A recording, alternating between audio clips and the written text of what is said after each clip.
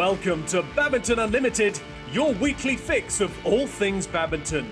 In the next 30 minutes, we find out how para-badminton gave Bobby Griffin a new lease of life after a horrific road accident. I'd forgotten everything. I was grumpy and angry and overweight and unhealthy and struggling to walk unassisted and all that stuff. Malaysians Huat and Shevon Jemie pick up a new language.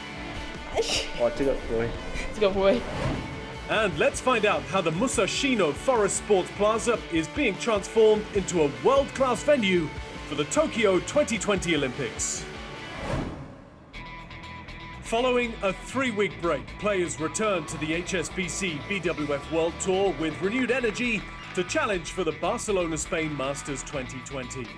Playing in her home tournament for the first time, top seed Carolina Marin raced through the opening game against Pornpowid Chochuan. The Thai picked up pace in the second game and pushed forward at every opportunity in the hope of halting a 5-match losing streak to the Spaniard. Chochuan opened up a healthy 4-point lead in the closing stages of the decider, only to see her advantage narrowed to a point on both occasions. The 6th seed was, however, unfazed, going on to win 21-18 to seal her maiden World Tour title. ก็ไม่ยากนะคะหมายถึงว่าชนะยากแต่ว่าในการตีอย่างเงี้ยบางทีเขาก็ถ้าเราแบบว่าบีบอะไรเงี้ยเขาก็จะเร่งกลับมาทำให้เขาเหมือนแบบเพชเชอร์ตัวเองมากขึ้นทำให้เราแบบว่ามีจุดที่แบบโอเคเรารอจังหวะที่จะโต้เขามากกว่าอะไรเงี้ยเขาก็เป็นคู่แข่งที่ตีเร็วแล้วก็แม่นยำค่ะแต่วันนี้เราพยายามคุมเกมของเราก็ชนะค่ะ Por supuesto me siento bastante descontenta por no haber conseguido el título aquí en Barcelona. Al final, cuando te centras en cosas que están fuera de tu alcance y no te centras en lo que tienes que centrarte, que es en el plan de juego, en la estrategia y en lo que habíamos planteado junto con el equipo, pues pueden pasar cosas como la que ha pasado hoy en la final. Pero bueno, igualmente agradecida con todo el público y contenta de haber podido jugar aquí en España. In the longest match of the day, Bulgarian sisters Gabriela and Stefani Stoiva held off top seeds Grecia Poli and Apriani Rahayu to secure the first game.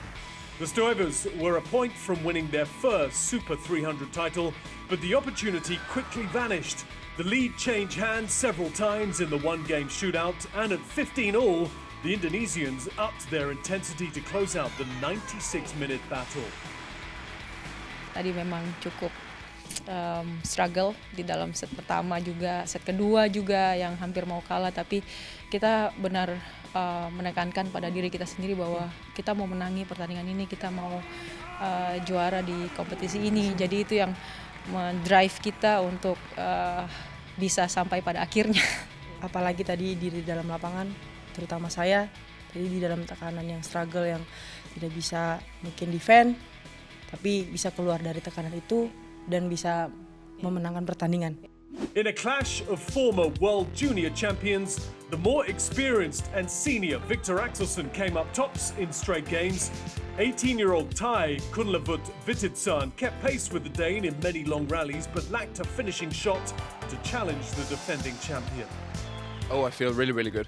I was really, really happy, especially here in the start of the year, to get momentum and win a title here in Spain. Obviously, it has been a really good week for me here. I've been through a little bit ups and downs, but I managed to win. I'm really happy about. So yeah, nice. ครับก็รู้สึกดีใจครับเพราะว่ามันเป็นครั้งแรกใน World Tour 300 ที่เราได้เข้าชิงแล้วก็แอบก็เสียดายนิดนึงเพราะว่าเราเล่นได้ไม่เข้าฟอร์มเท่าไหร่แต่ก็รู้สึกดีใจครับที่เข้ามาถึงรอบนี้ได้ครับเพราะว่าเป็นครั้งแรก In mixed doubles, Kim Sarang and Kim Hana were slow off the blocks, losing the opening game to fast improving French pair Tom Jiquel and Delphine Delroux. But the Orleans Masters 2019 champions quickly ran out of steam. The more experienced Korean combination, which eliminated 2 seeded pairs en route to the final, took charge and snatched the Super 300 title in just their 4th tournament together. 일단 2020년 올해 첫 대회에서 우승을 하게 돼서 생각보다 너무 높은 목표를 갖고 하게 돼서 너무 기쁘고 사랑이에게 고맙습니다. 일단은 첫 세트는 일단 저희가 저희 플레이를 잘 못했고, 근데 세컨이나 마지막 파이널 게임은 우리가 하고 싶은 스타일을 먼저 찾다 보니까 경기를 좀 쉽게 리드를 한 것 같습니다. The men's doubles final featured top seeds Lee Young, Wang Qilin and number 4 seeds Kim Astrup and Anders Skarp Rasmussen. The first game belonged to the Danes as they led from start to end. In the hunt for their 5th title in just their 2nd year of partnership, the Chinese Taipei duo edged ahead after the mid-game interval. Astrup and Rasmussen quickly bounced back to close the 3-point gap and celebrated a long-awaited victory after a winless 2019. It was our first World Tour final since China Open 2018, so it's been some time since we played a final like this, and I'm very satisfied with the result today, and our performance the last 2.5 weeks have been amazing. It's not often that you get the chance to celebrate a win like this, so you get ecstatic and the feelings just come out. So I'm so happy that we won this one. We're usually good in finals, but it's a hard way to get there. So performing like this today and being down in the second set and making a great short run was amazing. 因为我们可能第一局打得比较太软，就是我们的球可能没有那么的强硬、强势，然后让他们可以去控制我们的节奏。所以我们第2局后半段就主要以抽球啊，然后比较强硬的方式去抢分。所以我们可能战术比较成功，只是后面自己失误多了点，所以最后还是输了比赛。Hi everyone, this is Srikanth and here's Daniel, my trainer. Today we're going to do the incline press. The incline bench press is a very important exercise. It's a great variation on the main pressing exercises of the flat bench press and the standing Olympic press. The correct way to the incline bench press is to take the bar out of the rack yourself with the arms straight, lower the bar all the way to about mid-chest, somewhere around in this area, maybe a little bit lower depending on the person's own personal anatomy, and then extending the bar back out to full extension. It's very excellent for building the muscle in the upper body and securing the integrity of the shoulder joint. Well, all pressing exercises with the barbell are going to help badminton players in their swatting power and just mainly in keeping the good integrity of the shoulder joint. For Srikanth right now, he's training 4 days a week. He's doing strength training 4 days per week. Now, the way I break the sessions up generally is we have 2 lower body days per week and 2 upper body days per week. And everything is done right now very heavy. So all of the major lifts are done with greater than 85% intensity, which means we're using 85% of the weight that he can do for 1 rep. I'm not really interested in building too much muscle mass with him. I don't really want his body weight to go up because he has to move that around on the court. I just want the strength to increase neurologically without any actual weight gain. A whole accident thing, I had broken ribs and broken back in 3 places and intensive care and all this stuff. It was horrible. One of the paramedics joked that I died for a few seconds or something, you know what I mean? They had to resuscitate me and stuff. So I made that summer, when I got my amputation, my new birthday, like a start of a whole new life. I'm Bobby Griffin and you're watching Badminton Unlimited. Bobby Griffin is a standout example of how to make lemonade when life gives you lemons. Having survived a horrific accident in 2008 that resulted in amputation of his left leg, Griffin went on to win multiple accolades in para-badminton. This is his story.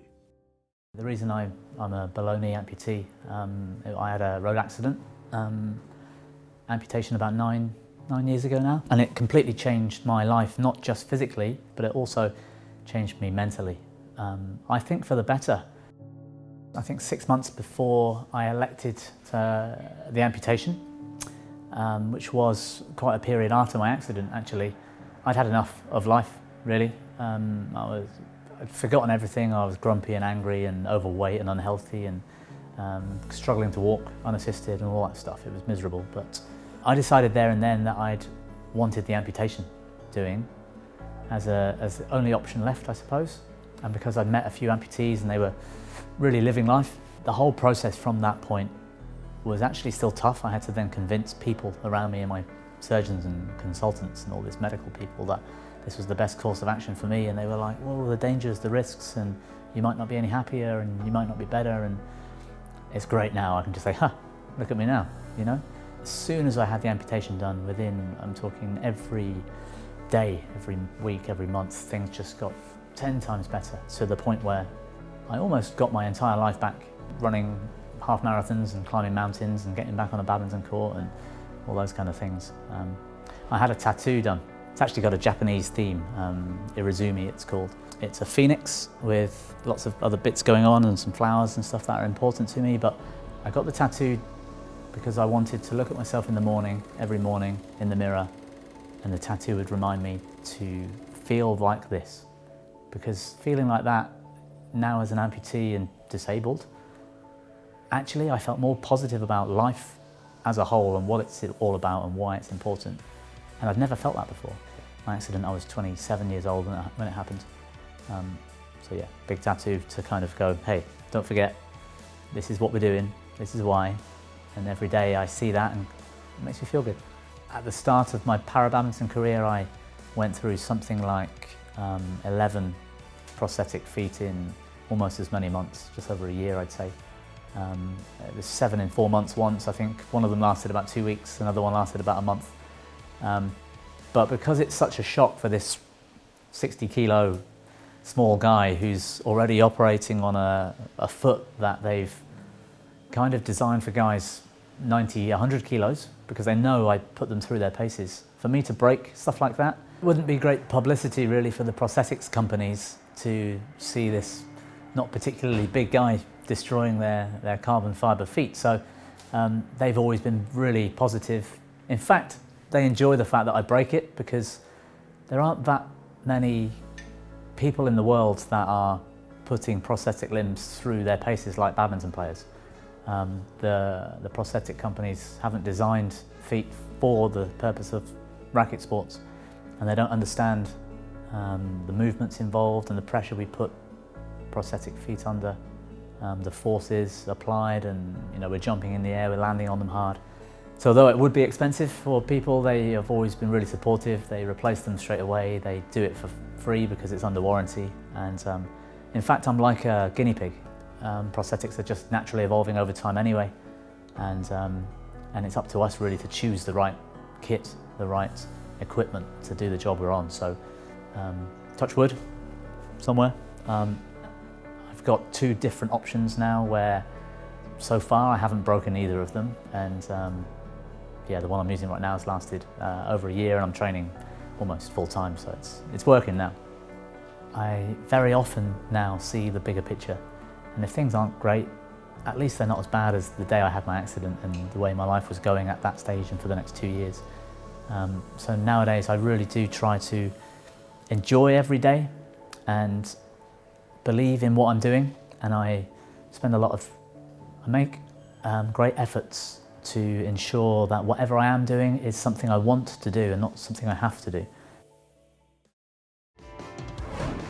We continue our conversation with Bobby Griffin after this short break, as he talks about his unexpected introduction into the commentary world. I think they needed an English voice to do it, and I'm a bit of a badminton geek, I suppose. Plus, Malaysians Huat and Shevon Jemie discover how difficult it is to pick up a new lingo. Gochi suma sasuma desu. Nan.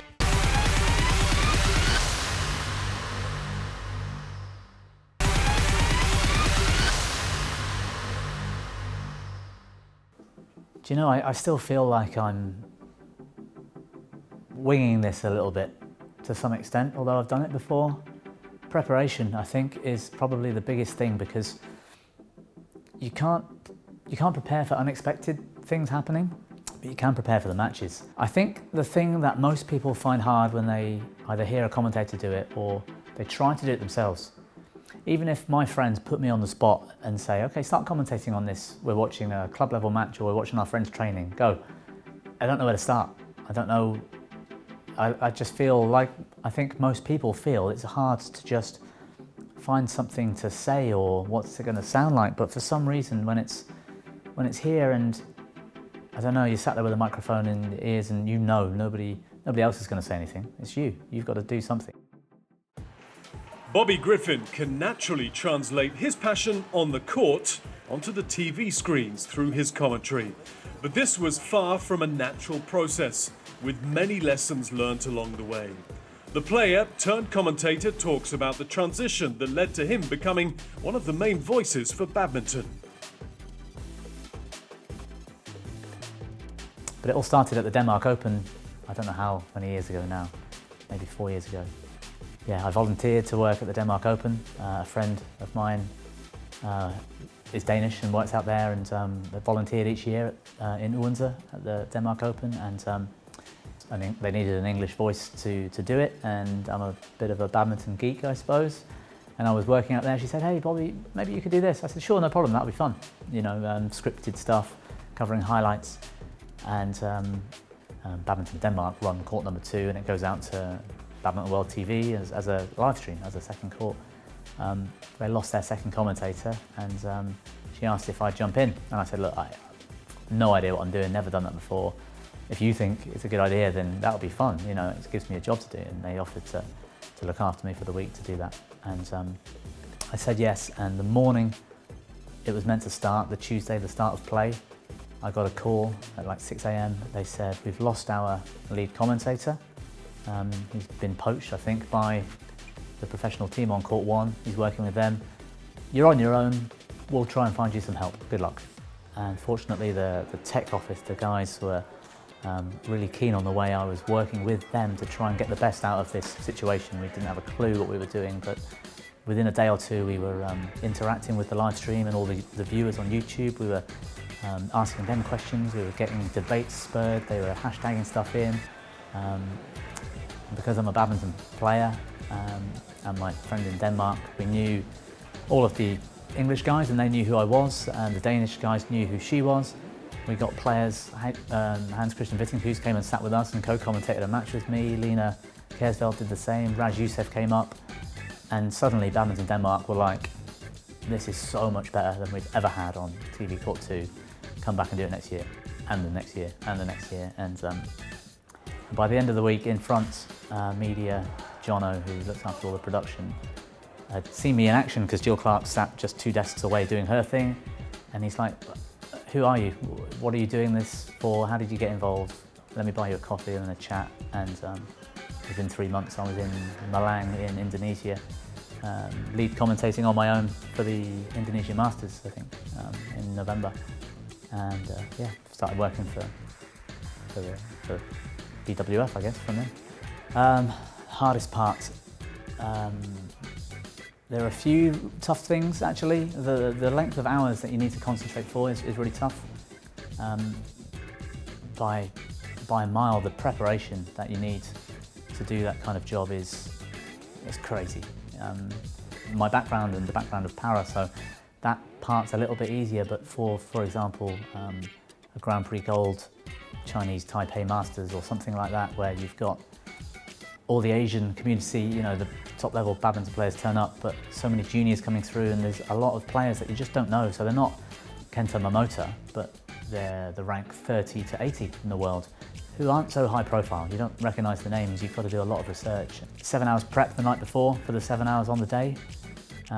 And of course, you don't know who's going to be in the semi-finals until the quarter-finals are finished, which might have been 8 p.m, even 9, 10 p.m. the night before.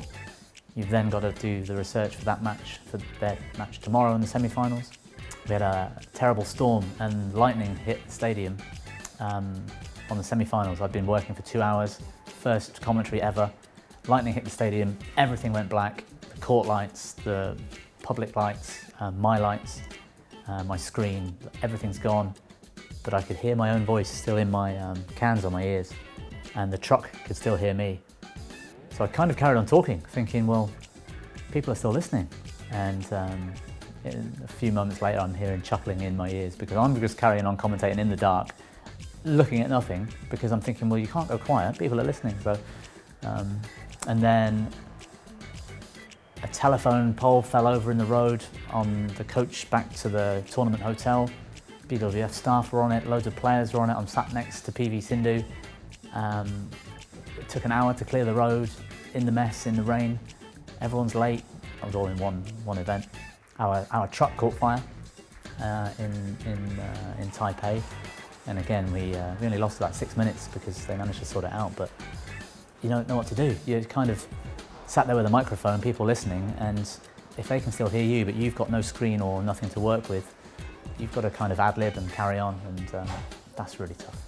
I think you can't teach that or train that. That's something that I've seemed to be a little bit more natural with.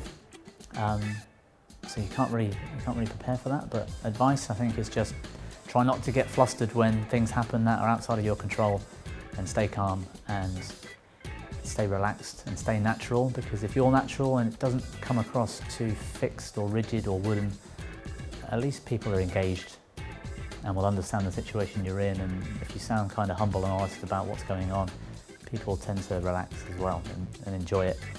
Whereas if you panic and fluster and try and cover yourself up or try too hard, that's the other thing. I tried too hard at the start. Now I'm just Mr. Chill, you know.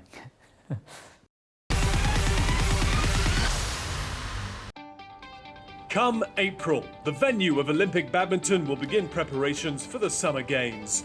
Let's find out more about the world-class Musashino Forest Sports Plaza as it gears up to welcome players and spectators this year. 武蔵野の森総合スポーツプラザ VGM の坂上と申します。この建物は2017年に完成した施設です。工事が開始されたのが2014年ですので、オリンピックのために作られたわけではないんですが、最新の設備の会場となっております。2017年に完成した新しいスタジアムで、スポーツイベントとコンサート興行両方ができる会場になっております。1万人規模のコンサートからスポーツイベントではフィギュアスケートの大会なども行っております。それと隣にあります味の素スタジアムはプロサッカーチームの2チームのホームスタジアムになっておりまして、また近隣には30を超えるサッカー場や野球場があり、地域のスポーツ拠点となっています。それを象徴するように五輪本番時にはバドミントンですとか近代五種、それから車椅子バスケの会場になっています。こちらが観客席とメインアリーナになっています。大会本番時はアリーナ席を作り7200席作る予定です。3つのコートそれぞれにホークアイを作って迫力ある映像とさまざまな演出で会場の一体感を演出していきたいと思っております。観客席のそばには売店もございます。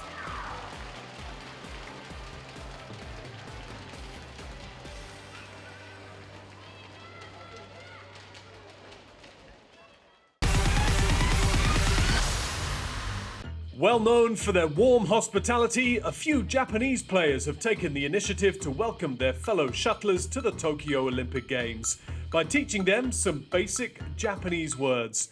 Let's find out how Malaysian duo Huat and Shevon Jemie fare in this language lesson.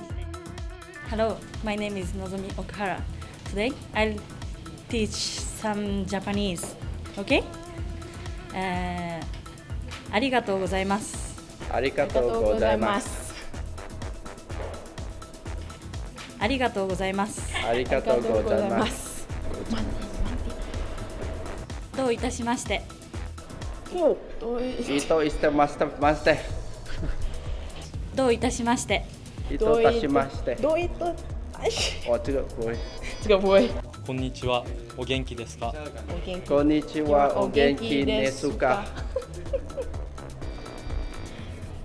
こんにちは。お元気ですか。こんにちは。お元気ですか。ガス。わかんない。いただきます。いただきます。いただきます。書きます。いただきます。いただきます。いただきます。ごちそうさまでした。ごちそうさま。ごちそうさまでした。ごちそうさまでした。なんていうの？おはようございます。おはようございます。おはようございます。おはようございます。这个 OK。这个 OK。おやすみなさい。おやすみなさい。おやすみなさい。おやすみなさい。Oyasuminasai. Oyasuminasai. Okay, good night. Oyasuminasai.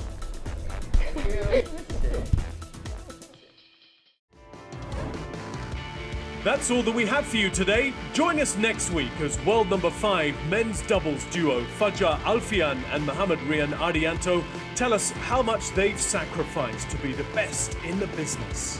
Kayak udah pekerjaan kita, karena kan kita udah dari kecil istilahnya bermain bulu tangkis. Terus kita juga sekolah juga udah enggak gitu kan. Jadi ya kita harus benar-benar maksimal di bulu tangkis. In the meantime, remember to log on to bwfworldtour.bwfbadminton.com for all the latest updates and features on the HSBC BWF World Tour. Thanks for your time. It's bye-bye for now.